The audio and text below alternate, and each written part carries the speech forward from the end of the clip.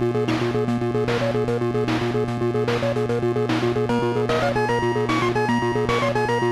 guys, I know the last time I left you off with a video we were at the track and I said I would see you in Virginia, but I realized that I hadn't gone over a couple things on the car and I wanted to knock those out with this video. Let's talk about the trailer first and foremost. This thing started life as a Harbor Freight trailer. I got a smoking deal on it on like one of the holiday sales. If you're interested in buying anything like the most expensive stuff from Harbor Freight, wait until it goes on sale because it's inevitable it's gonna go on sale and they'll take like 90 bucks off. I think I paid $280 for this trailer, brought it home, bolted it together. It's one of those fold-up ones, but we ended up welding some of the key critical points together for a little bit more rigidity because I didn't like how flimsy it was. Here on the back, what we've done is I welded and added on these little posts right here, stuck a piece of conduit through it and locked it with padlocks. This is where we're going to put the race tires whenever we hit the road and secure them to the back of the trailer when I put the street tires on the back of the car in between tracks on drag week. Once we get to the hotel, because I am paranoid, we're going to pull those tires off and bring them into the hotel room with us because I would hate for somebody to make off with my MacFab bead lock billet specialties that look absolutely killer on the car. Now, this big gray bastard on the back of this thing, what is going on with this? Well, this is called a pallet container or a PALCON, and the military uses these things to deploy. At least they used to. Now, these things are found at U.S. surplus, Army surplus supply, all kinds of places like that. You can find them, just like search on Craigslist, search on Facebook Marketplace, and they'll probably pop up.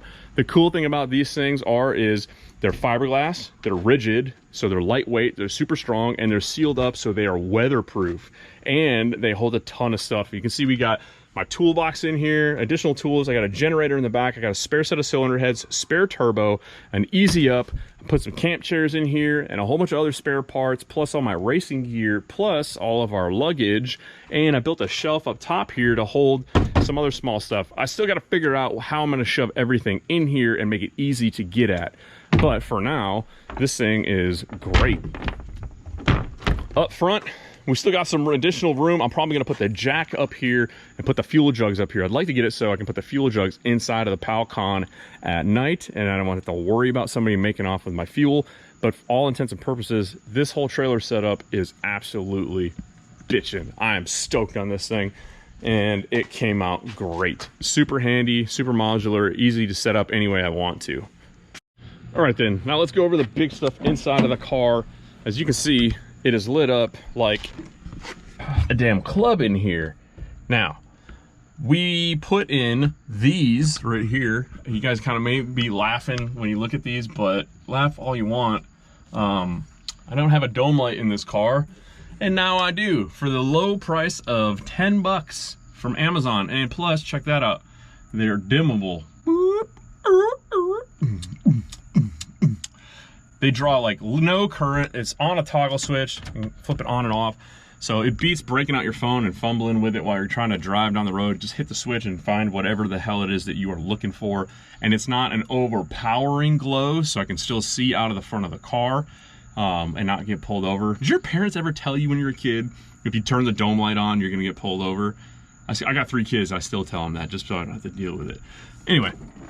So here's the other thing I want to talk about. Let's talk about this. So this car runs on the Holley Terminator system. And as you can see, I got 3 screens going in here simultaneously. Now, if you've done any research on the Holley Terminator system, then you know that the Holley Terminator X does not have the ability to hook to a laptop via USB without an additional adapter.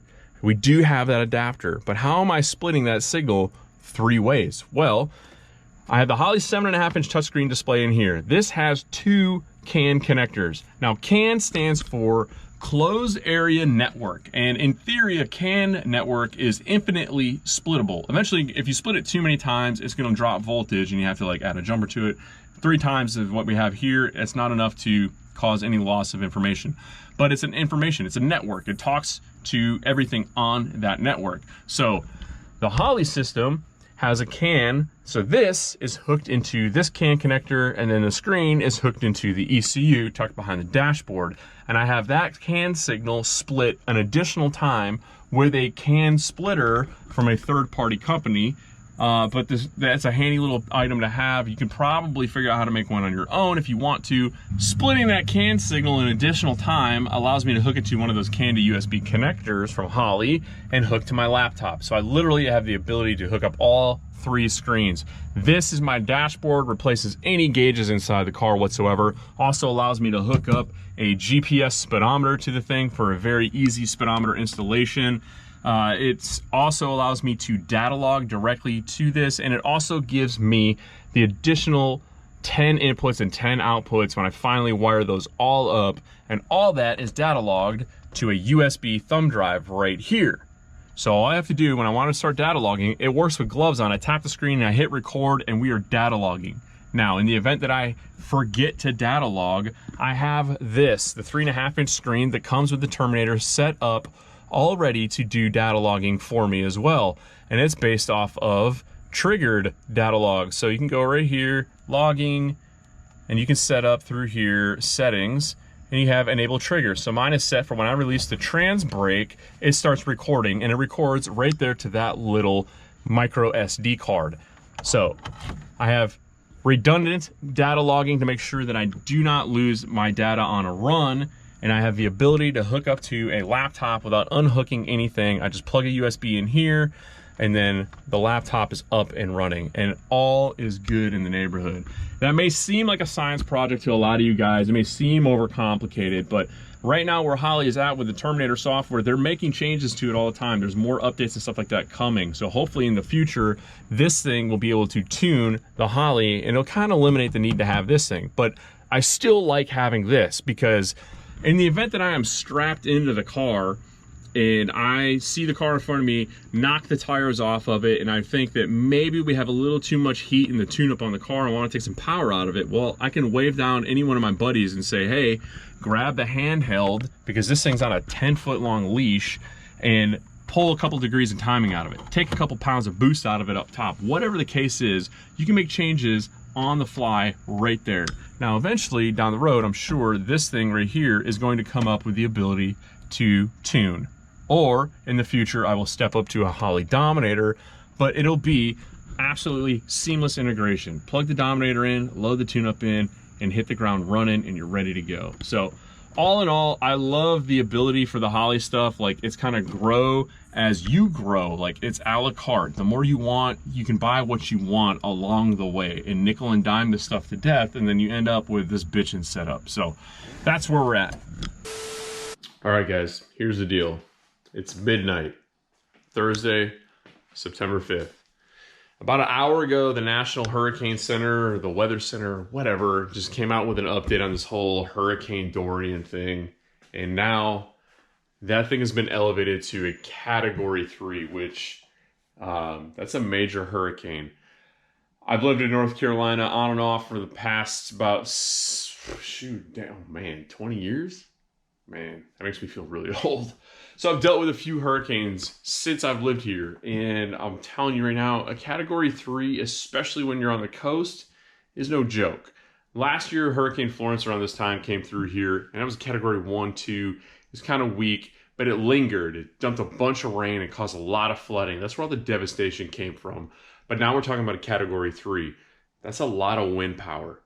And what wind power does is it knocks down power lines and takes out your electricity. Now, the original plan was this. If it came through here and we were going to load up everything, I was going to take the car, I was going to take the drag week trailer, I was taking my wife's car and my truck, and we were going to just bounce. Like, let's just go to drag week as a family. And then when the power and everything comes on, the storm passes through, the wife and kids can mosey back here, and I can continue on drag week by myself. And then we thought about it, and we talked a little bit, and we said, you know what? Why bother towing everything out of here? Why don't we prep ourselves and let's weather the storm? It's not going to be too terribly bad. I already have this little guy generator, so that'll run a few major appliances. This, however, I picked up today, will run the entire damn house. That's all well and good when you're talking about a Category 1, 2 hurricane, but we're talking about a 3. Now it's not just about the power getting knocked out. We're talking about like insanely strong winds. And you know what? I have 3 little girls, and I don't want them freaking out back here And if the power is out, I don't want my wife to worry about, like, how do I put gas in the generator? How do I turn this thing on? I can't in good conscience take off and go racing this thing and leave my family behind. Like, what kind of a father or husband would I be if I did something like that? So that's the deal. We're going to get up in the morning and we're going to reassess the situation. And if it looks like it's going to hit here as a 3, we're out. We're taking off. We're going to go somewhere. We're going to have a little family staycation, vacation. And once we get the green light that the power has come back on, we'll mosey our way back here. Hopefully, if I can make it back here and we have electricity here and I have time to load the car up by Sunday at 1 p.m., the car has to be in the line for tech. That's the cutoff. If I can make that, drag week is still a go. I'm not counting it out yet. Don't count us out of this thing yet. I'm just letting you guys know. And I've already let the sponsors and stuff like that, like the people who partnered up on this car, know what the deal is with this hurricane. Like, this may not happen for us this year, and here's why. Family has to come first. You know what I mean? So that's the situation that we're in. I'm gonna go get some sleep. Probably not a lot, because it's going a million miles an hour right now. We've been preparing for drag week. We've been preparing for Dorian, and I don't even know which one I am more or less prepared for. And it sucks really bad.